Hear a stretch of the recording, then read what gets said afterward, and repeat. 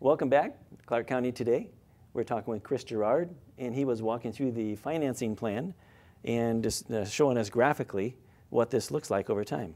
So, Chris, did you want to finish where you were at here? Yeah, let's go through there, and then we'll talk about any questions that you may have.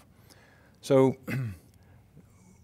this money is not even appropriated federally yet, and yet the plan says, beginning 4 years from now, these are the years starting from here, beginning 4 years from now, we're going to start getting $100 million a year, every year for the next 7 years.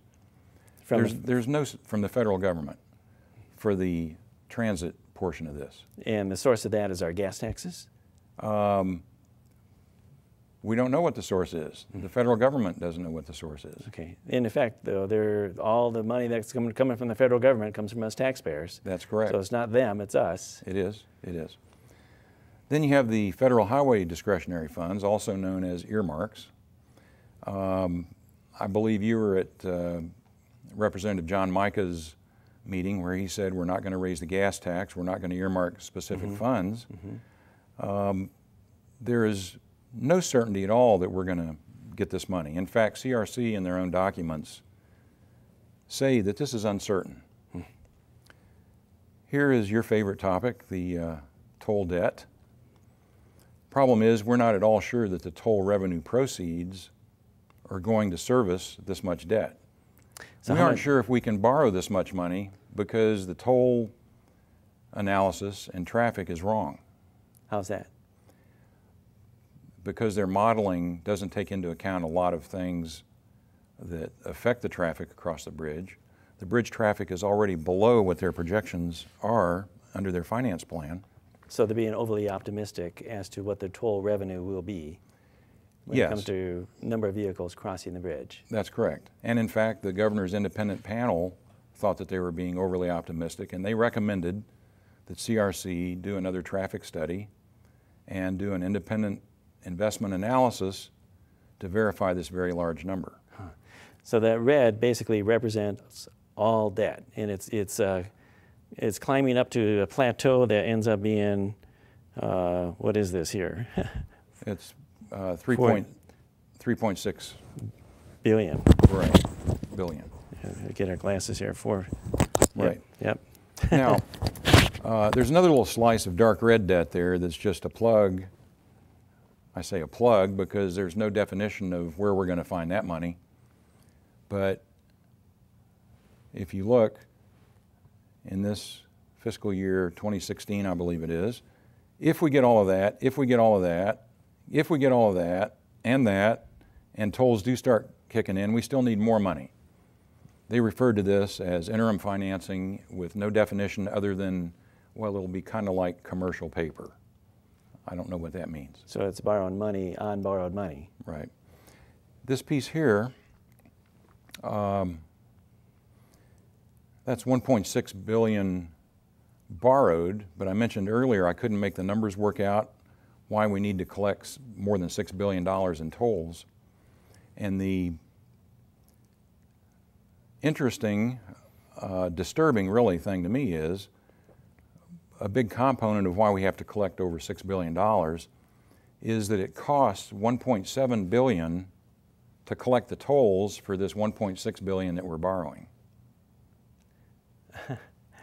How could you do that in I mean, what kind of business sense does that make? It doesn't make business sense at all to me. Now, because the tolls don't kick in and we need to borrow the money to build the thing that we're going to toll, we have to borrow the interest. We don't have money to pay the interest on what we're borrowing, so we borrow the interest, borrow more money so that we can pay the interest. That's called capitalizing the interest. So we're paying interest on interest, and that's why we have to collect over $6 billion because there's $3 billion worth of interest. Isn't it like $4 per dollar borrowed or something like that? That's very close. In fact, CRC says, well, it's kind of like buying a house. You know, you're going to pay interest expense on a house. But if you and I went out to get a new house today, we can probably borrow money for 6%, 30-year fixed, and we're going to end up paying about as much interest as we borrowed in principal. So we're going to pay back double. Here we're paying 4 times back what we need to borrow. So it doesn't sound like a very good investment or stewardship of your funds. It's not only not a good business decision, I wouldn't do that in my business. I don't think the citizen would do that with their home. It's not a good financing plan. And one thing that we can compare this to is simply paying cash. In other words, the novel idea of saving up ahead of time. How long they've been planning for this, 15 years? Well, you would think if you could set aside 1/15 of the cost of this project each year, which is very manageable, set it aside. By the time you get there, we could have had the cash sitting there so you can avoid all of those debt charges. That sounds good, except that there's other transportation and infrastructure needs that are left behind and not being addressed. So there's a deficit in what we need to fix our current roads and bridges. So roads and bridges, if we don't have enough to maintain our current roads and bridges, why are we building light rail? Light rail is a brand new project, and how much does that move when it comes, how much does that really relieve congestion? I've really not gotten into that part of it. I haven't taken a position on light rail or if we do bridges in other locations or anything like that. I know there are a lot of people out there with a lot of good ideas on that. I was focusing mainly on the financing, and my question at the beginning of my involvement in this, when I realized how big it was how are we going to pay for this? And after researching, I've determined that we can't pay for this. So one of 2 things has to happen. We need to have somebody look at this finance plan and figure out a way that this can be done, because there's so much risk in it right now. See, the risk, here's the $120 million we've spent so far. Here's how much we've spent. It's almost dust on the scale. It is, but people are saying we have sunk costs. We must go forward. Well, they're not looking down the road at this monstrosity that's coming at us. So, but there is a risk here that Oregon and Washington might fund this thing a bit more, and then, oh gosh, we're disappointed we didn't get quite as much in federal highway funds. Well, the new starts aren't working out very well. We're going to get to a point where the only answer is for the yellow and the green to take up this slack. So what I'm suggesting is we ought to look at this now before we do get past a point of no return, and either figure out a finance plan that works, or the project's going to have to be changed. What that turns out to be, I don't know. Planning ahead. We have also another graph here that will help to bring some perspective to this project compared to other projects around the country. This is what I did is I looked at your numbers. You put together the Cortright Report, and I thought, well, let's compare this to other projects. And this is actually to scale. I didn't know what it was going to look like till we actually laid it down out here. So basically, this is the CRC project, and what you have here is the $3.6 billion if we were to pay cash. But if you add the extra finance and toll charges that the CRC documents say we're going to pay, then it brings it up to 8.7.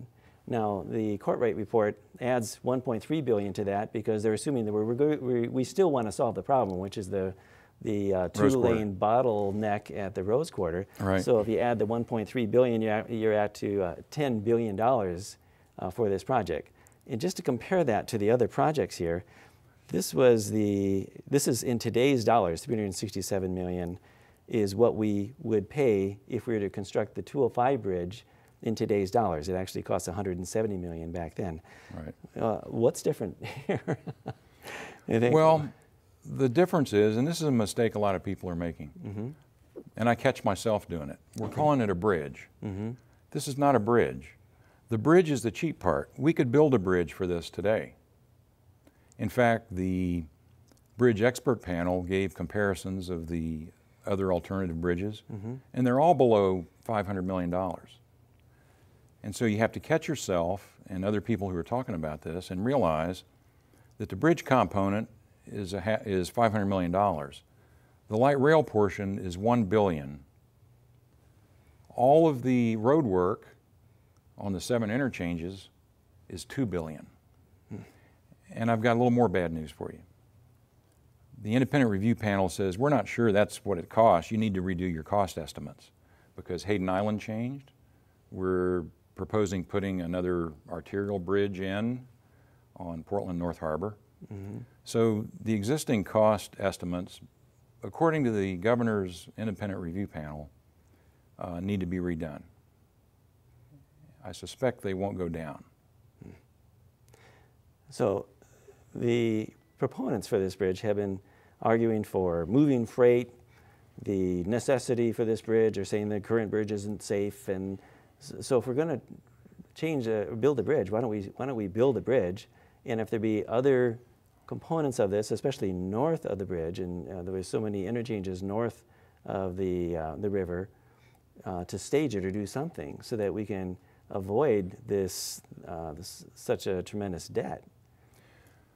That's a good point. In fact, the independent review panel said that you need to figure out how to phase this. And phasing and staging are different. Phasing means that you have the money to pay for something and you end up with a product that's useful for something, as opposed to getting a bridge halfway out in the river and running out of money. That's staging. You want to phase it. But the phasing plan, this is going to be hard to phase because everything's intertwined.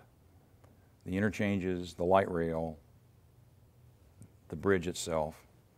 But the CRC needs to, because the independent review panel said the financial viability of this is in question in their minds. That's a pretty strong statement. They said you ought to figure out, what if you only got $1 billion only? $2 billion. We haven't seen that phasing plan yet. So what should we do? Here we have a significant project and a financing plan that is so contingent, it's high risk, and it depends on much debt. What should we do? And it sounds like we're at a break point, so we need to see find out what you say here for that question in our next section. So wrap it up here in next section.